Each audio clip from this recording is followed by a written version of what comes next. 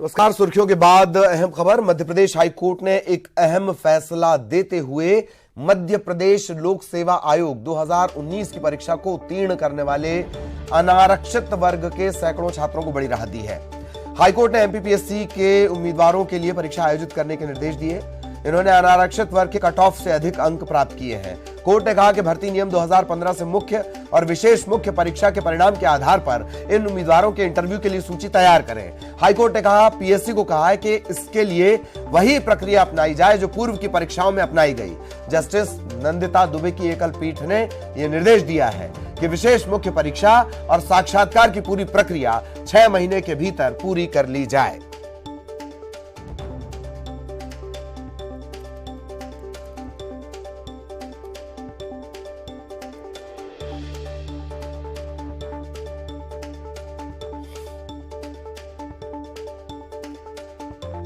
तो बड़ी खबर एमपीपीएससी से जुड़ी हुई, नियुक्तियों से जुड़ी हुई बड़ा आदेश। 6 महीने के भीतर प्रक्रिया पूरी करने के निर्देश हाईकोर्ट की तरफ से ही दिए गए हैं। एमपीपीएससी के छात्रों को यह बड़ी राहत। 2019 का यह पूरा मामला। मध्य प्रदेश लोक सेवा आयोग, ये निर्देश है।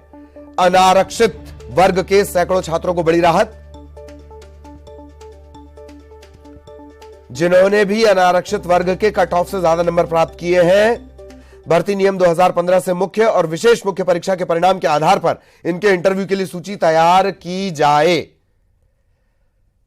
हाईकोर्ट ने यह भी कहा कि वही प्रोसेस अपनाइए जो पहले की परीक्षाओं में आप अपनाते थे और 6 महीने के भीतर यह पूरी प्रक्रिया पूरी करें। यह निर्देश भी दिया गया है। सहयोगी प्रतीक हमारे साथ जुड़े हुए हैं। प्रतीक, बड़ा फैसला, बड़ी राहत भी ये कही जा सकती है और हाईकोर्ट ये भी साफ कर रहा है कि 6 महीने के भीतर पूरी प्रक्रिया करनी होगी। प्रतीक। देखिए, बिल्कुल ललित, एमपीपीएससी 2019 का जो परीक्षा परिणाम था वो कहीं ना कहीं कानूनी दांवपेच में उलझा था। इस बीच पीएससी ने पूरी परीक्षा को ही निरस्त कर दिया था, जिसके बाद 102 उम्मीदवार जो है पूरे मध्य प्रदेश के अलग अलग जिलों के जो अनारक्षित श्रेणी के थे यानी जनरल कैटेगरी के थे, वो हाईकोर्ट पहुंचे थे और मांग की थी कि ये गलत है, क्योंकि वो मुख्य परीक्षा दे चुके हैं। वो सिर्फ इंटरव्यू कॉल ऑफ के लिए जाना था। इस बीच ये पूरा मामला विवादों में पड़ा। तो हाईकोर्ट ने स्पष्ट कर दिया है कि जो भी आरक्षित श्रेणी के अभ्यर्थी थे जिनके कट ऑफ मार्क्स अनारक्षित श्रेणी से ज्यादा थे, उनके लिए विशेष परीक्षा आयोजित की जाएगी और उसके आधार पर ही सूची तैयार की जाएगी इंटरव्यू के लिए। तो कहीं ना कहीं एक बड़ी राहत है, जो कि बड़ी संख्या में सैकड़ों छात्रों का भविष्य जो है वो खतरे में पड़ रहा था, जो परीक्षा उत्तीर्ण कर चुके थे। क्योंकि विवादित नियमों के चलते रिजल्ट जारी किए गए थे, इसके बाद पूरा मामला कानूनी दांवपेच में फंसा था। तो अब जाकर के हाईकोर्ट से जस्टिस नंदिता दुबे की एकल पीठ ने यह फैसला दिया, जो बेशक राहत भरा है। ललित, चलिए, बहुत बहुत धन्यवाद प्रतीक आपका। लेकिन आप हमारे साथ बने रहें। एक और अहम खबर भी जबलपुर से हमें मिल रही है, उसे लेकर भी आगे हम प्रतीक से चर्चा करेंगे। और ये बड़ी खबर जुड़ी हुई है यूरिया घोटाले से। चार्जशीट इस मामले में पेश कर दी गई है। 890 टन यूरिया गायब हो गया था और यह अचानक गायब हुआ था। न्यूज 18 ने सबसे पहले खबर दिखाई थी, इसके हर पहलू से आपको अवगत कराया था। बाद में हमने ये दिखाया कि कहां पहुंच गया यूरिया, कौन कौन शामिल है, कैसी हायरार्की में यूरिया बढ़ता है। 60 पन्नों में घोटाले का पूरा ब्यौरा है। Dealer, transporter, marketing director, rack handler और स्टेट मैनेजर। साजिश का आरोप है। रैक हैंडलर और स्टेट मैनेजर जमानत मिल चुकी है, लेकिन डीपीएमके का मैनेजर और कृभको का फील्ड ऑफिसर अभी हिरासत में है। प्रतीक हमारे सहयोगी लगातार हमारे साथ बने हुए हैं। प्रतीक, एक बार फिर मैं आपके पास आना चाहूंगा। एक तो इस पूरी खबर के बारे में विस्तार से जानकारी दें जो चार्जशीट पेश की गई है। एक बात और, 890 टन यानी तकरीबन 900 टन यूरिया, ये कम नहीं होता प्रतीक। इसमें सिर्फ इतने ही आरोपी, डीलर, ट्रांसपोर्टर, मार्केटिंग डायरेक्टर और रैक हैंडलर, स्टेट मैनेजर, सिर्फ इतने। प्रतीक। बिल्कुल ललित, और कहीं ना कहीं जो सरकारी अधिकारी थे, जो नुमाइंदे थे, जिनकी जिम्मेदारी बनती है सर्वेलेंस की, आखिर उन पर कार्रवाई क्यों नहीं हुई, ये कहीं ना कहीं बेहद हैरत भरी बात है। और चार्जशीट में इनका जिक्र तक ना होना कई सवाल खड़े कर रहा है। बहरहाल सितंबर महीने यानी 5 सितंबर को सबसे पहले न्यूज 18 ने इस खबर को प्रमुखता से दिखाया था। अगस्त महीने की सप्लाई थी, 5 सितंबर को पूरा घोटाला सामने आ गया था। सीएम शिवराज सिंह चौहान ने सुबह 7 बजे मीटिंग लेते हुए तमाम अधिकारियों को निर्देश दिए थे और शाम तक पूरा घोटाला सामने आ गया कि 890 टन सरकारी जो यूरिया था, जो स्लॉट था, वो प्राइवेट दुकानों में चला गया। इस बीच 60 पन्नों की चार्जशीट पेश कर दी गई है। चूंकि इसके पहले श्याम क्रिप्को, डीपीएम के इनके जो डायरेक्टर्स हैं, जो उनके बेटे हैं, वही डिस्ट्रीब्यूटर भी हैं, उसके डायरेक्टर भी हैं, डीजी ट्रांसपोर्ट। तो बेशक लंबे समय से दोनों मिलीभगत करते रहे आपस में। आखिर कहाँ जाता था यूरिया, एक बड़ी लंबी जांच की आवश्यकता थी। बहरहाल आनंद फानन में जांच भी कर ली गई, चार्जशीट पेश कर दी गई, लेकिन सरकारी नुमाइंदे बच गए, एक भी अधिकारी का नाम शामिल नहीं है। ये विवादों को खड़ा कर सकता है भविष्य में। बहरहाल जो भी हो, अब न्यायालय इस पूरे मामले को लेकर के क्या जांच की श्रेणी के आधार पे क्या फैसला सुनाता है, देखना दिलचस्प होगा। लेकिन फिलहाल कई आरोपी न्यायिक हिरासत में, एक को जमानत भले ही जो है हाईकोर्ट से मिल गई है, लेकिन आखिर अधिकारी कैसे बच गए, ये सबसे बड़ा सवाल। जी, यही दरअसल सबसे बड़ा सवाल है। बहुत बहुत शुक्रिया प्रतीक आपका। व्यवस्थाएं क्या इस तरह हो चली हैं कि पहले एक अस्पताल जलेगा, फिर जिम्मेदार उस जले हुए अस्पताल की राख में ये तलाशते हैं कि फायर डिस्टिंग्विशर लगा था या नहीं लगा था। 900 टन यूरिया, मुख्यमंत्री साफ निर्देश दे चुके हैं, बेहद नाराजगी उन्होंने जताई थी। और जिम्मेदारों की लिस्ट देख लीजिए, चार्जशीट देख लीजिए।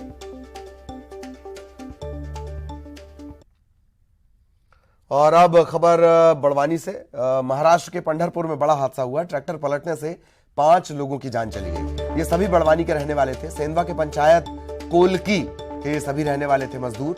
गन्ना काटने के लिए ये मजदूर गए थे महाराष्ट्र के पंढरपुर, और पंढरपुर तहसील के करकम गांव में यह हादसा हुआ है। 2 मासूम बच्चे, 2 महिलाएं और एक युवती की मौत हो गई।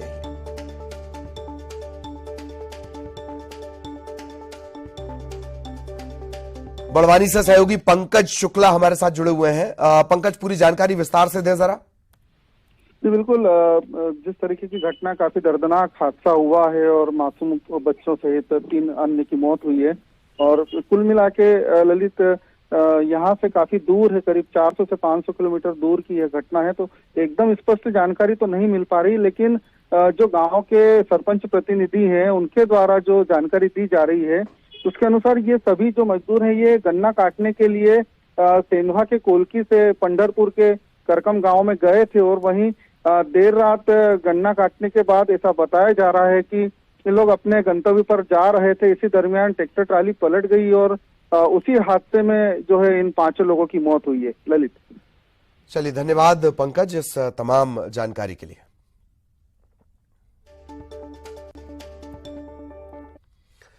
और अब इंदौर से बड़ी खबर। बस में किराया मांगने पर आग बबूला हो गया बदमाश।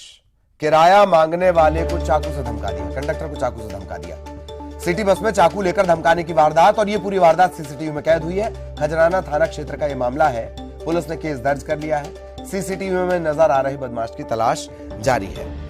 किराया मांगने पर बदमाश की हरकत, और ये कोई पहला घटनाक्रम नहीं। इंदौर में इससे पहले भी घटनाक्रम सामने आ चुका है। बदमाशों से किराया मांगना मना है। किराया मांगा गया, चाकू निकाल लिया बदमाश ने।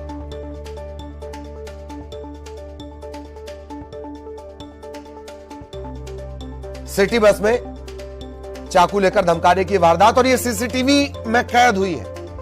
बदमाश भी जानता है कि सीसीटीवी लगा है, फिर भी वो चाकू निकाल ले रहा है।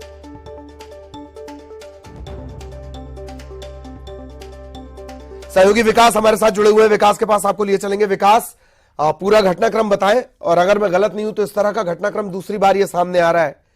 और हैरत की बात है विकास के बदमाश भी जानते हैं कि सीसीटीवी लगा है अथवा हो सकता है, फिर भी चाकू चल रहे हैं। विकास, जी हाँ, बिल्कुल। ये बेखौफ जो बदमाश है, ये वारदात, उसकी जो वारदात है ये खजराना थाना क्षेत्र की है। बदमाश बस में सवार था। इस दौरान जब उससे किराया मांगा गया तो वह भड़क गया।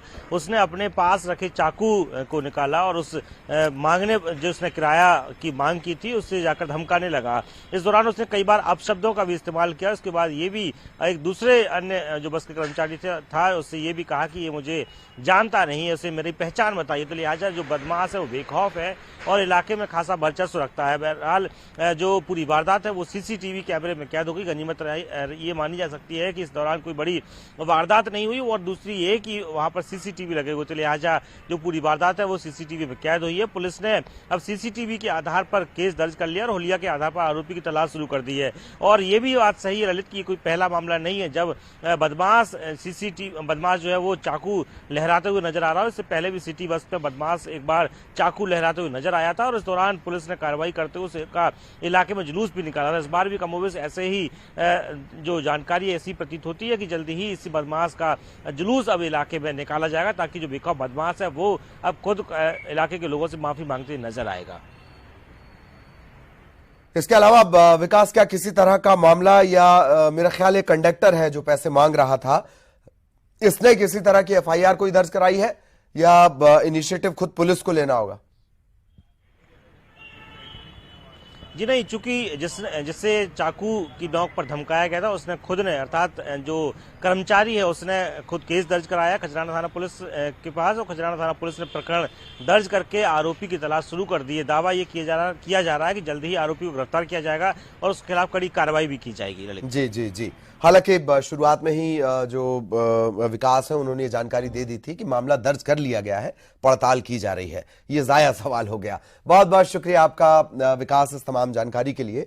और बदमाशों को भी एक मुकुट लगा लेना चाहिए सर पे, ताकि उन्हें पहचान जाए कंडक्टर की ये फला इलाके के बदमाश हैं, क्योंकि पुलिस तो कुछ कर नहीं पा रही है। सिवनी से बड़ी खबर, परीक्षा में पकड़ा गया है मुन्ना भाई। पीजी कॉलेज में दूसरे छात्र की जगह एग्जाम दे रहा था। आरोपी को गिरफ्तार कर लिया गया है। कम्युनिटी हेल्थ ऑफिसर के लिए परीक्षा थी। परीक्षार्थियों ने पेपर लीक होने के आरोप भी लगाए और परीक्षा निरस्त करने की मांग भी की गई है।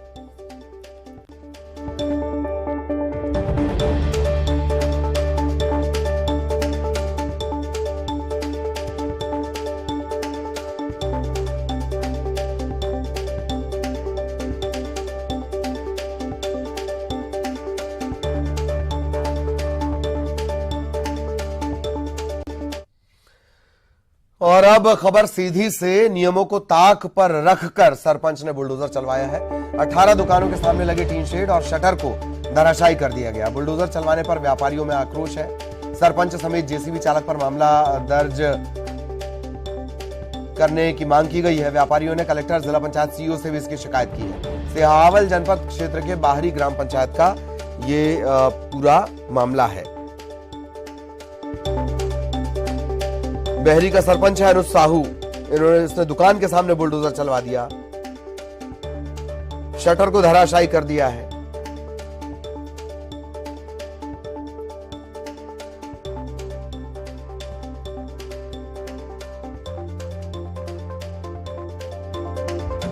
सीधी से बड़ी खबर, 18 दुकानों के सामने लगे टीन शेड और शटर को धराशायी कर दिया गया, गिरा दिया गया।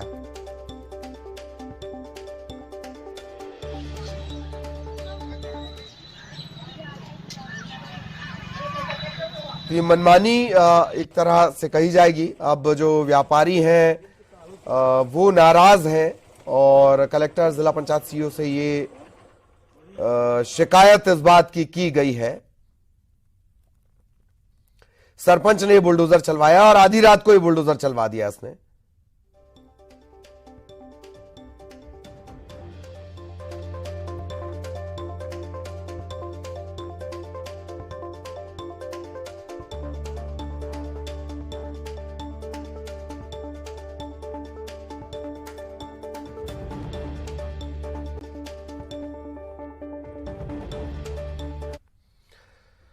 और अगली खबर का रुख करेंगे। रायगढ़ से बड़ी खबर, 2 रुपए के पेमेंट के चक्कर में 1 लाख गंवाने का मामला सामने आया है।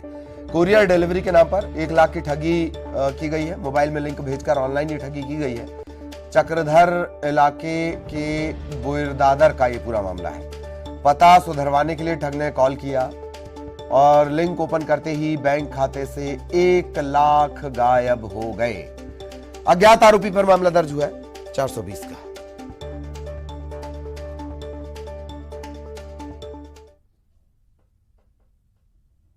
बड़ी खबर बलरामपुर से, नौकरी लगवाने के नाम पर ठगी का आरोपी गिरफ्तार। 4 लोगों से करीब 12 लाख की इसने ठगी की। वन विभाग में नौकरी लगाने का झांसा दिया करता था। एसपी से शिकायत के बाद कार्रवाई हुई। राजपुर पुलिस ने आरोपी को गिरफ्तार कर लिया।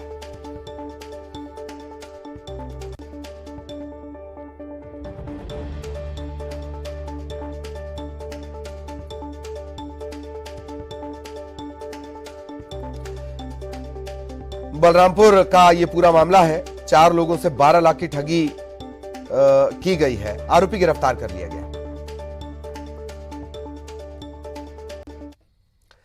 खबर मुंगेली से, जहां मनियारी डैम में एक नाव पलट गई। नाव सवार एक युवक का अभी तक पता नहीं चल पाया है।